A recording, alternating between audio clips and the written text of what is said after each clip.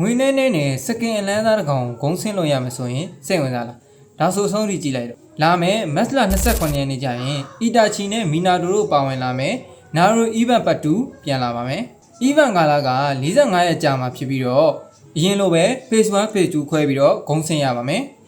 ဘလို့ဂုံးဆင်းရမလဲဆိုတာကိုလူကြီးတို့ရှင်းမယ်ကျွန်တော်ပြောပြပါမယ်မပြောပြခင်လေးမှာကျွန်တော်ရဲ့ဗီဒီယိုလေးကို like လုပ်ပြီး follow နှိပ်ခဲ့ဖို့အတွက်မေတ္တာရက်ခံချင်ပါတယ်even လာမယ်29ရက်နေ့ကျရင် weekly bet တစ်ပတ်ဖြည့်ပါ diamond 100ဖြည့်တာဖြစ်တဲ့အတွက် box တစ်ခုရပါမယ်အဲ့ box မှာ ticket 3ခုပါပါတယ် discount 1 draw လှည့်မယ်ဆိုလို့ရှိရင် ticket 3ခုနဲ့ဆို4ချိန်ဖြစ်ပါပြီ ticket လာမယ် AP လ3ရက်နေ့အထိဒီနေ့ကို discount 1 draw နဲ့နေ့စဉ်လှည့်သွားပေးပါ AP လ3ရက်နေ့ကျရင်တော့ weekly bet 3ပတ်ဖြည့်လိုက်ပါ weekly bet ဖြည့်ပြီးတာနဲ့ AP လ6ရက်နေ့အထိတနေ့ကို discount 1 draw နဲ့တစ်ချိန်စီထည့်သွားပေးပါ6ရက်နေ့ရောက်လို့ရှိရင်တော့ discount မပါပဲ3ချိန်လှည့်လိုက်ပါဒါဆိုရင် ticket 29ကထည့်ရပါမယ်29ကတစ်ခါတည်းလှည့်လိုက်ပါအရင်လှည့်ထားတာနဲ့ဆိုရင်46ချိန်ဖြစ်သွားပါပြီ ticket တွေလှည့်ပြီးတော့ AB လ10ရက်နေ့ phase 2မလာခင်အထိ discount တစ်နေ့ကို1 draw နဲ့ပုံမှန်လေးပဲလှည့်သွားပေးပါ AB လ10ရက်နေ့ ticket လာလို့ရှိရင်တော့ phase 1တော့အတိုင်းပဲ weekly bet 3ပတ်ဖြည့်ပါ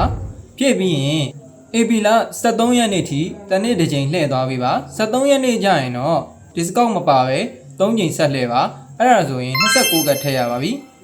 စုစုပေါင်းဆိုလို့ရှိရင်82ချိန်ဖြစ်သွားပါပြီအဲ့ဒီမှာတတိထားစရာတစ်ခုရှိပါတယ်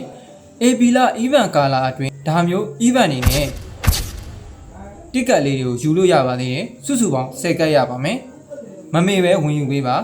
ဒါဆိုလို့ရှိရင်အချိန်90ကျော်ပါပြီ